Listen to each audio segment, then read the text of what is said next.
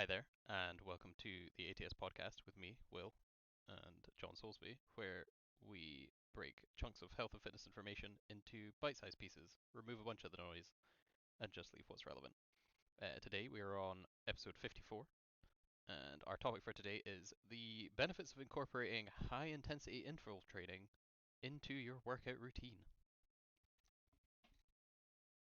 Yeah. Um,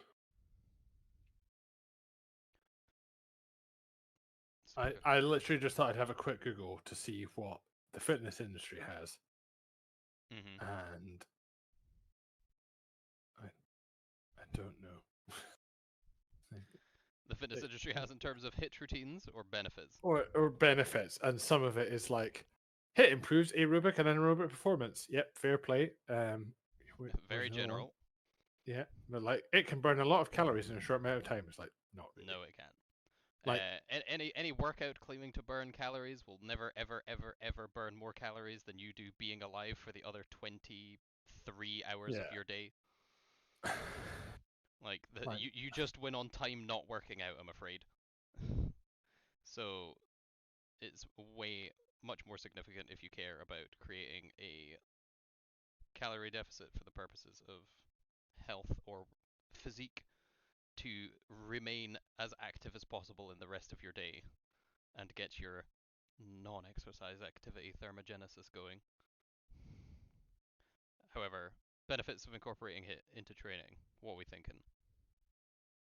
um, well, for most people, it's probably one of the easiest and quickest ways to do a form of cardiovascular exercise. Yep, short and sweaty, gets it done pretty Um, quickly. yeah. Minimal So minimal yeah, time, maximal suffering. yeah. Um, there's an untrained people that a lot of the fitness industry stuff is talking about essentially building muscle mass. And if you weight train a lot and have done for a lot of years, I doubt you'll build much muscle mass with a HIIT workout.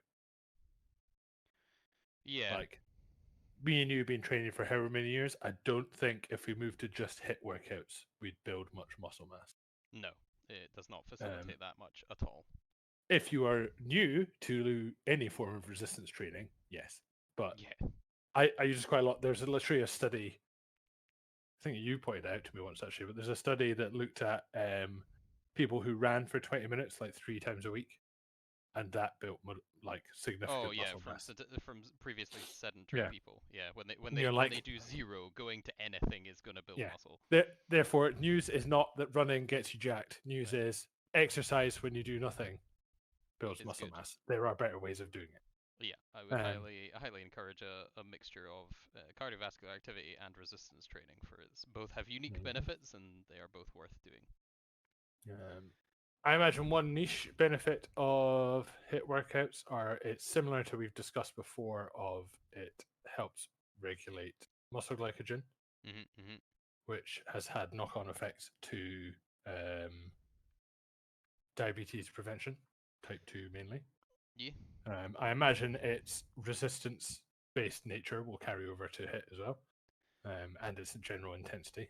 I think that's kind of the reason that weight training works is because it's high intensity, therefore uses glucose and can help with your glucose regulation. I So imagine high it is intensity. similar. What's like the bracket for that for the people in the back? Um, so from like a probably easy to digest point of view, I'd say it's when your heart rate goes anything over a vague guess of 160. Hmm. Um, so like you, most people have heard of heart rate zones before. Um, but essentially there's zone one, which is being alive and sitting down doing nothing.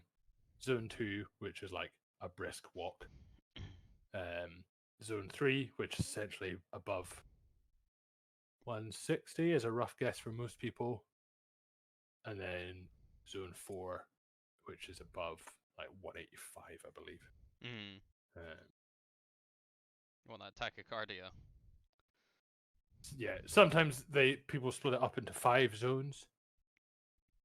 Um, yeah, here's one that's 5 zones, but essentially roughly the same, except there's a smaller zone four, and then you have a zone five that's like right at the top.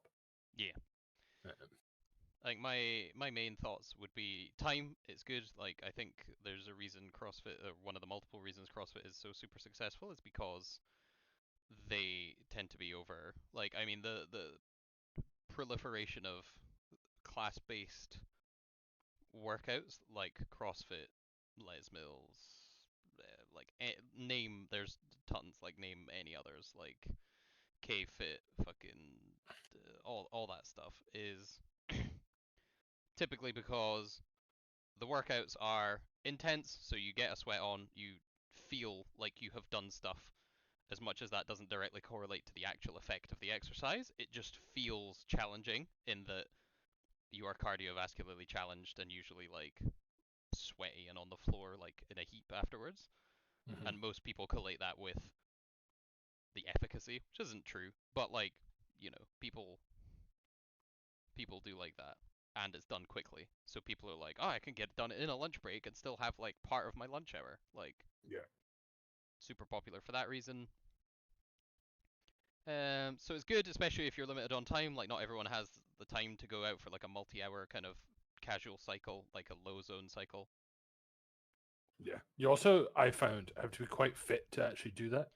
Yeah, Like, good luck cycling around Edinburgh at like heart rate 120 unless you're actually really fit. I know the traffic will bring it up to like Like, I don't know 180 on several points, yeah. so that's ruined immediately Um, when you almost get like, T-boned by a car who's not watching. yeah. Like, I like to think I'm reasonably fit now on the bike, and going up some of the Edinburgh hills, I still have to put a lot of work in. E. So it's quite hard to just go out in a 120. And even then, even if you weren't going out, but if you were for some reason sat on your Peloton or whatever, like Yeah. sometimes like just sitting there for like an hour and a bit, like it's boring. Like Yeah. there's a reason I fucking hate steady state cardio. It's so dull. Like that's why getting outside and getting out and about is something we're always like we essentially pretend that like cardio machines don't exist because there are other options that are much more entertaining. Yeah. Um, And yeah, like if we think of anything else, it's easy to um, fit in your day. yeah, I'm currently trying to find if there's any actual science behind it, but essentially the endorphin response behind high intensity exercise and moderate to low. Yeah, that'd be It interesting. doesn't See really if the look response is like any different, as in like you get more anyone's from a high really, intense one or not. yeah, I mean, you don't doesn't moderately really carry say. the boats of the logs, so that's another bonus. Yeah. Um, but having done both anecdotally, um, I really wish I'd found the video. I missed the video. I was gonna send it to. Did I send it to Brad? It's just some clip that started off with some very generic uh, portrayal of a young person with a funky hair color talking about gender pronouns. But it immediately cuts when she says, "My pronouns are they," and then cuts to David Goggins being like, oh "They don't know yes, me." yeah, I'm like, they "Oh, don't know me, great, son. that's good." I'm like, "Very good, very good." um, This is the kind of shit patter I'm all about.